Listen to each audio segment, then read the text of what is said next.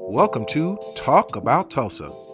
Our goal is to try and answer the questions, why is Tulsa and the surrounding areas growing? What is the appeal for people to relocate here, and why should businesses consider investing in this area? Consider this like a drawn-out investigative report, but a bit more fun. So, let's talk about Tulsa.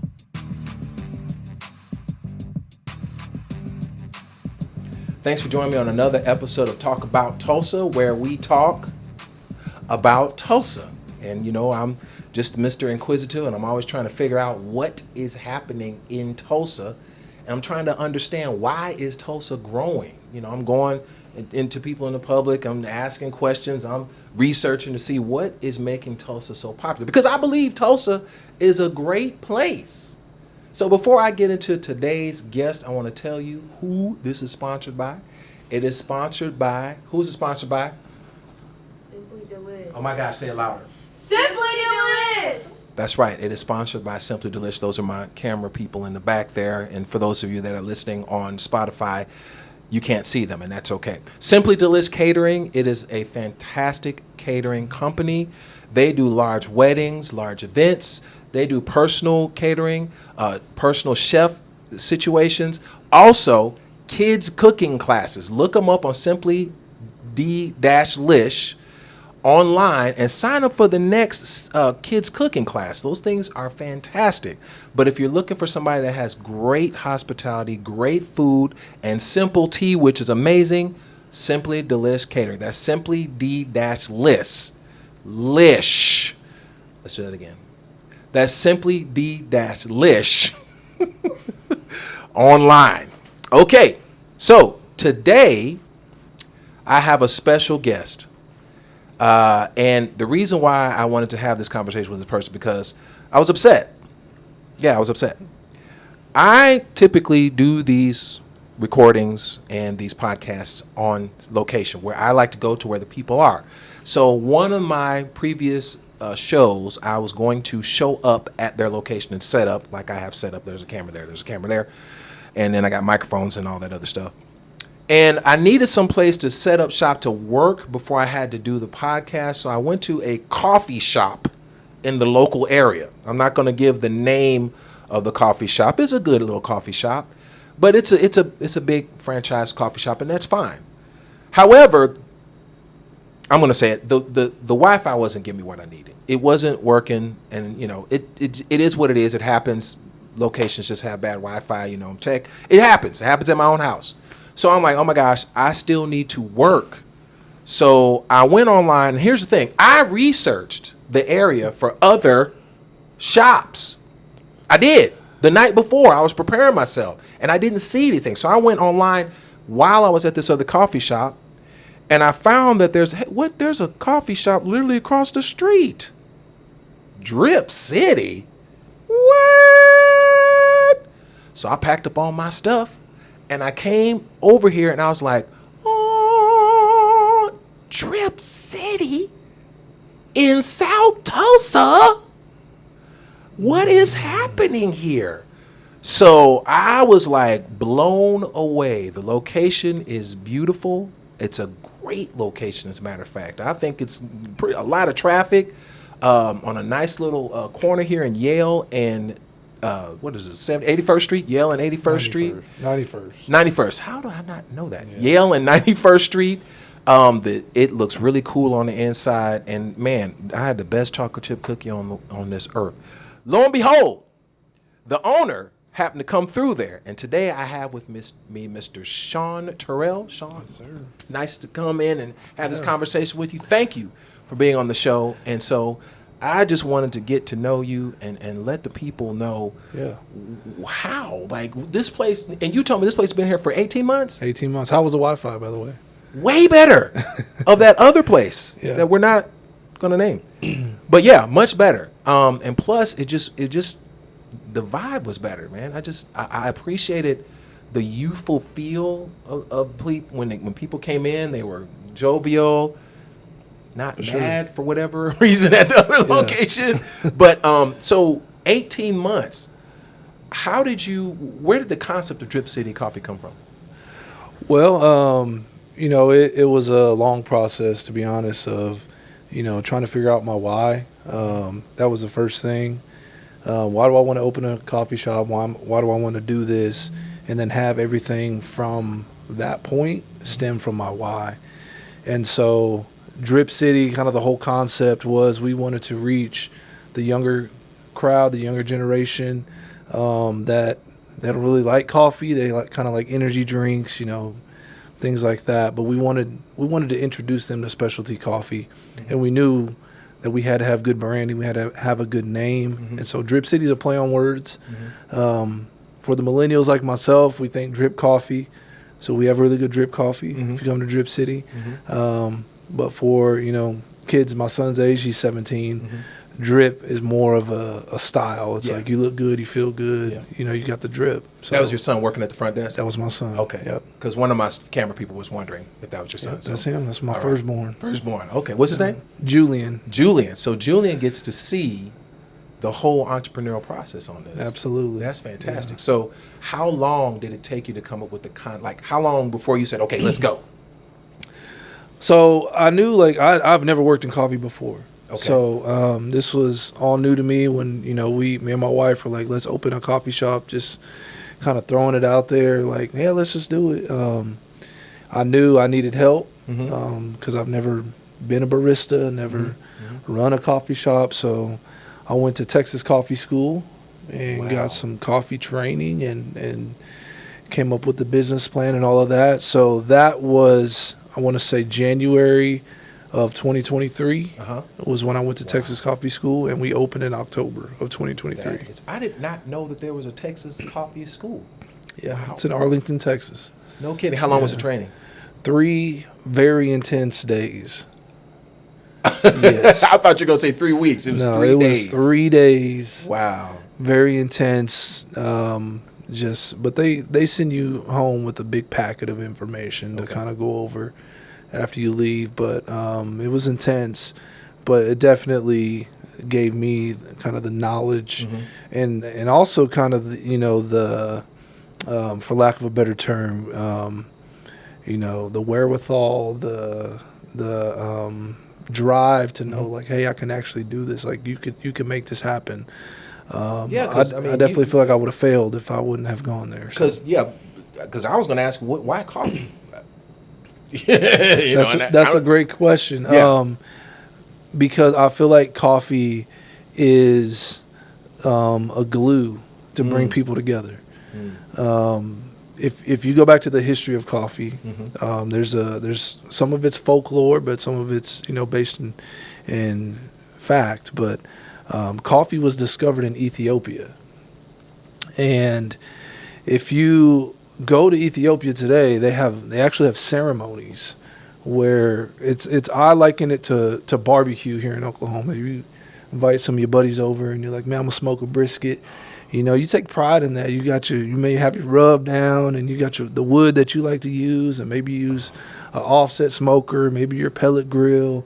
And you spend all this time preparing that brisket, and you slice into it, and then you want your friends to enjoy that. Well, coffee's the same way. It's meant to be enjoyed with company. You have let me know I now need to go to Ethiopia.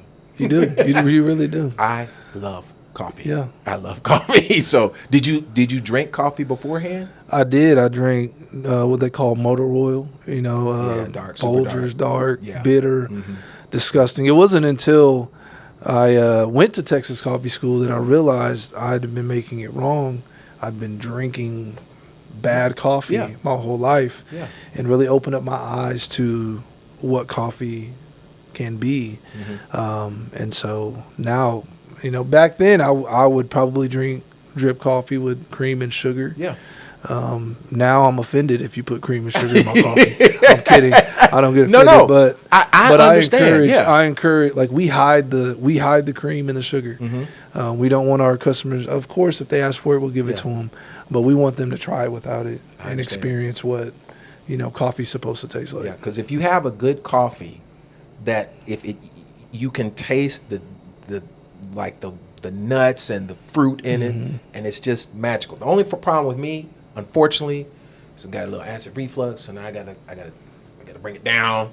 Found low acid coffee, and it's kind of like, oh man, because I was used to drink motor oil, then I started discovering the taste of coffee and black coffee, and it's beautiful. But I can't do it that much anymore. Anyway, so from the timeline of when you went, okay, let me back up.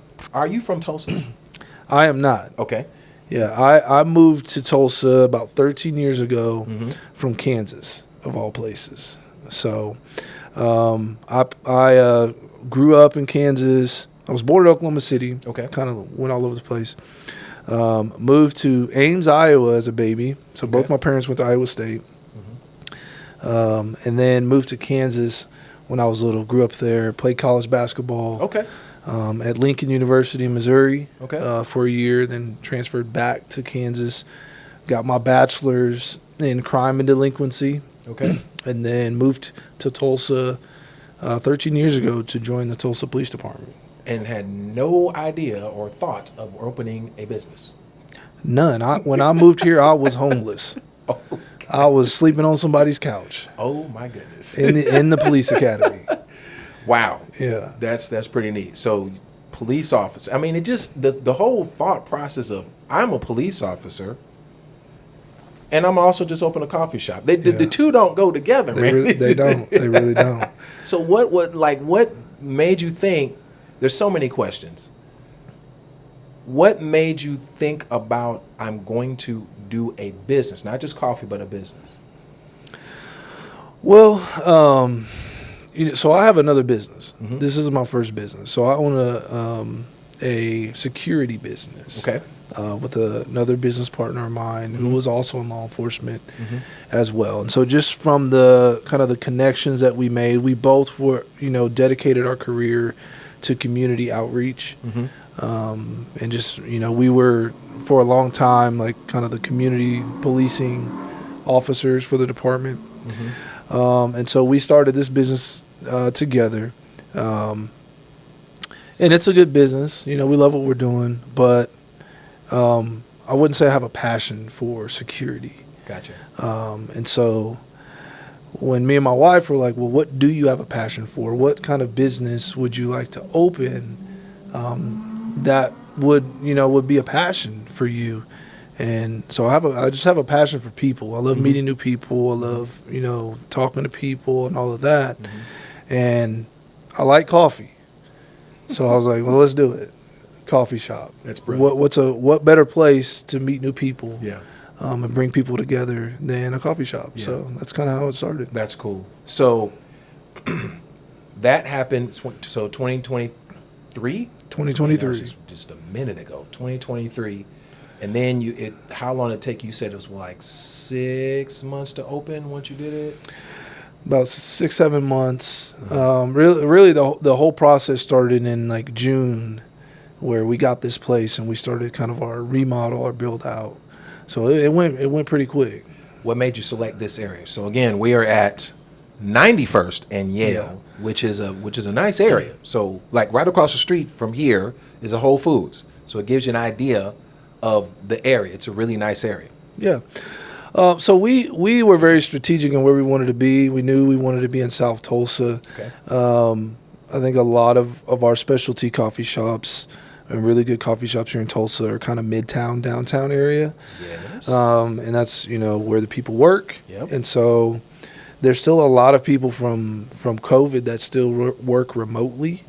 And so we wanted to be in South Tulsa because there's a big oasis of no specialty coffee shops in this area. And so we were patient. Even though it moved really quickly, we knew we were going to wait until we had the right location, because the right location can mean everything. The wrong location could mean you're one of those statistics that fail within the first several years. And sometimes the wrong location is being on the wrong side of the street. Yeah, this is true. And I mean, there's a lot that goes into that of anybody, making sure you're in the right location. Anybody that comes and visit here, they're on the right location, because right in the same parking lot is a Quick Trip. Okay, there's a gas station. You can't miss. Oh, Sonic too. Sonic's right over there too. So you can't miss it. And I'm still mad. Like, how did I not know this was here? So plenty of traffic with gas customers, Sonic. You got the gold place across the street. You got some other things that are going on, like a real estate. You got all kind of stuff around here. This little business park is kind of nice. So, like, how did you like? You were just looking, or had a real estate agent helping you with that? Yeah, so we had a real estate agent who was kind of showing us some properties. We actually came to this kind of business area looking at a different property down by the Stumbling Monkey. There's another little there's a place that's for rent, and then we're like looking at this place on the corner. We're like, what about this? Yeah. So our real estate agent was like, well, let me make some phone calls, and it was available. And next thing you know, here we are. This location is fantastic. I love you have this area right here where you can actually rent it. People can come and do business meetings or just hang out or whatever. Yeah. It's just a really, really special place. So you said about location, and you said it was you're kind of strategic, want to make sure you have the right place. Did you notice was one of the reasons why you chose this area because of the growth you've seen, or what was it? So when we found this location, they were widening this road right here on Yale, so it was a lot of construction. Obviously, they're widening the road because of the growth in South Tulsa. South Tulsa, I think is growing. But I did my market research, and if you're starting a business and you don't do market research, you're wrong. Spend the money, find out where the people are that are gonna buy your product or your service, because again, that could make all the difference. And so, through our market research, we found that a large majority of people that visit specialty coffee shops live in this area, and there was no specialty coffee shop over here. So it was almost like perfect. Yeah, that is. You're right, down there at Midtown, there are a couple that are they're really eclectic, and they have, or should I say eccentric, they have flower pots and stuff, and you can allow your animals in there and stuff, and they're really nice. So this is a nice addition. Now, shifting gears, when you moved to Tulsa, what was your first thought? How did you, because you came from, you said Kansas, right? Yes. When you moved to Tulsa, what did you think about Tulsa?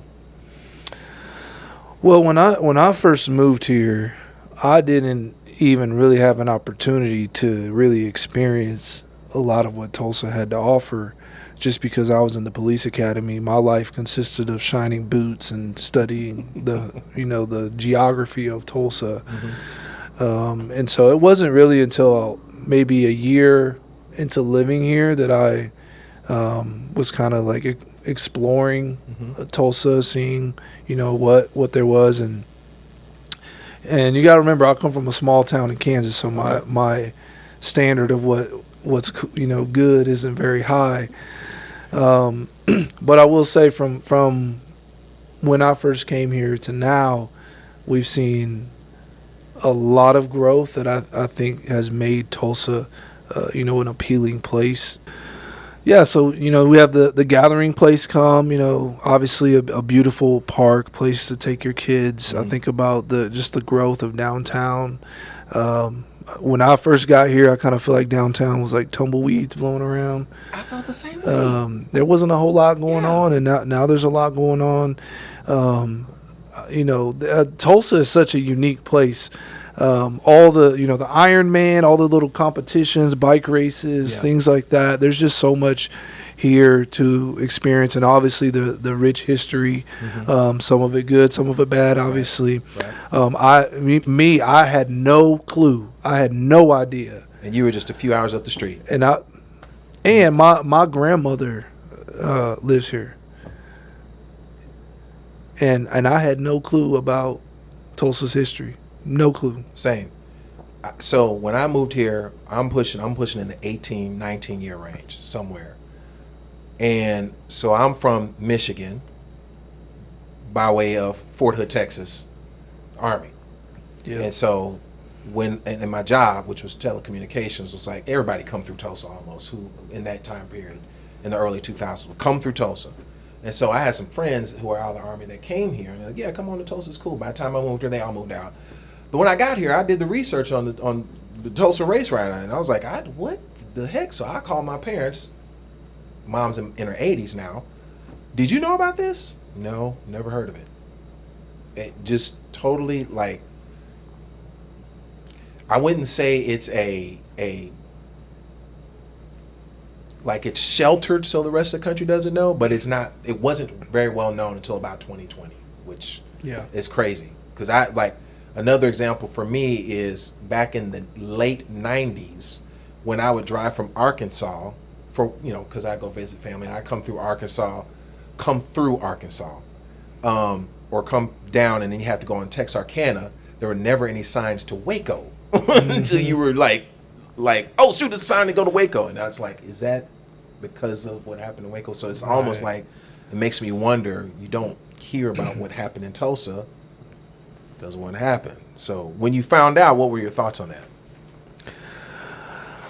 Honestly, I was blown away. Like for something that significant to happen, and like the majority of the country not know about it. It's not taught in school. Obviously, when I grew up, we learned about Dr. King. We learned about Malcolm X. Yeah. Even my dad told me about that stuff. So I was like shocked. Yeah. And I think the way I found out was I just saw a guy like on the side of the road selling T-shirts up in North Tulsa, and so I was like, man, what is this? And he's like, you don't know what this is? Wow. And it said Black Wall Street on it. So I was like, what is Black Wall Street? What is that? And then he was like, man, where you from? I'm like, I ain't from here. And so he educated me, and I was like, wow, I was shocked, and kind of like, it's kind of sad that, I was an adult, I was in my 20s, and I'm living in this city, and I had no clue. Yeah. And I'm a state away, I'm 3 hours away from, grew up 3 hours away from Tulsa, and, was never taught that. You're not the only one. There's people I've run through in my journeys that are from Tulsa that discovered this later on. And I'll be honest, they were white.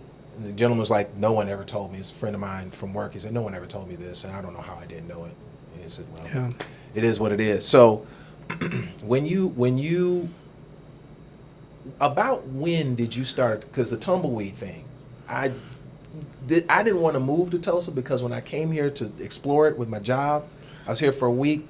I was like, Tulsa shuts down at 5 o'clock. Yeah. Why? There's nobody downtown. Why are all these paid parking places? For you, when did you start to notice like it was growing? I think it would have been, and I can't think of the year, but there was that program like Tulsa Remote, where it was like giving people an incentive, financial incentive to move to Tulsa to work. And so I remember around that time, like just meeting a lot of new young people that had just moved to Tulsa with that program. A lot of them stayed, and I'm still friends with today. So I don't know if I can pinpoint like a specific year, but I would say definitely like around 2016 and beyond, we start seeing a lot of stuff. Like when I first got here, Tulsa Hills had just been built, I think. Wow. You're right. So if you can imagine like just being on that side of town and there's nothing out there, within the last 10 years, I think we've seen a lot of growth in Tulsa, and it just makes it, a much more appealing city to live in and raise a family. Absolutely. I love it here. Love it. Yeah, I tell people, I mean, I don't mean this literally, but I've stolen 3 houses here. I don't mean that literally. Please don't arrest me. But I mean, the cost of living here is like, man, these houses are incredible. If you take a house square footage and compare it to anything in Dallas, Austin, Atlanta, California, New York, $1 million houses. Yeah. But $200,000 house. I love it, man. Absolutely. Now, the one thing that I'm sure you probably have an opinion on is the National Public School ranking not that high on the testing. Yeah. What are your thoughts on that? Yeah, I was shocked, and I don't know if you know this. This may not be true anymore, but it was when I moved here. And we were thinking about, because, you know, when I moved here, my family, my wife and kids stayed back in Kansas until I saved up enough money for us to get an apartment. Like Nice. I said, when I moved here, I was homeless. Yeah. But so obviously we're thinking about where do we put our kids, Mm-hmm. you know, for school district. And this may still be true. I don't know. Back then, Tulsa had the most kids in private school in the country per capita. So back then we couldn't afford private school. Right. But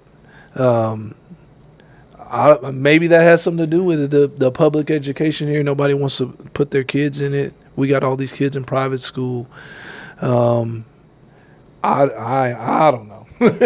I've heard I that. don't know. I've heard that. One of the guys, not necessarily that statistics, but one of the guys on the previous podcast, friend of mine, you know, that's his perspective. Private school is the way to go. I mean, not everybody can afford it, but private school is a big deal here in Tulsa. Yeah. You know, so it's maybe not as high as other cities. I don't know, but we do have a pretty good population of private schools. I mean, within 3 miles, you got one on Memorial and 81st, and you got that. They're on 81st still. Yeah, right by 169 is close. Then you got that private school there. Then you go down there on 81st Street. You got a private school. So yeah, there's quite a few. Yeah, Mingo Valley Christian, I think is what that's you're. correct. Yeah. Yeah. So I'm glad to see that. Didn't think of it that way. That's a good fact. So last thing, I want you to look in that camera right there and plug Drip City Coffee. Yeah. So at Drip City, you know, we're all about community. I tell my baristas all the time, and they look at me like I'm crazy, that relationship is actually what we sell. Coffee's a side note. So if you're just looking to grab a cup of coffee and just get out about your day and not meet nobody, then, you know, this probably ain't the place for you. But if you're looking for a community, you're looking for quality service, you're looking for people that are going to greet you with a smile and actually genuinely care about you and your day, then Drip City is the place. Oh, yeah, and we have great coffee. So What are your hours? So we open Monday through Saturday, 7 a.m. to 8 p.m. Sunday, we're 8 a.m. to 4 p.m. Awesome. And they have great drip. I'm going to have to get some later. Yes. We're closed Drip already. City, I tell people all the time, we're Drip City. We better have good drip. We do have good drip. Come experience the drip. We also have good drip at the merch corner over there. Yeah. So come check out that drip as well. Yeah, So I'm gonna fire us up with some drip, but close now. Anyway, Sean, thank you so much, man. it's a pleasure. So, ladies and gentlemen, that is it for this episode of Talk About Tulsa. And remember, as I always say, stay curious.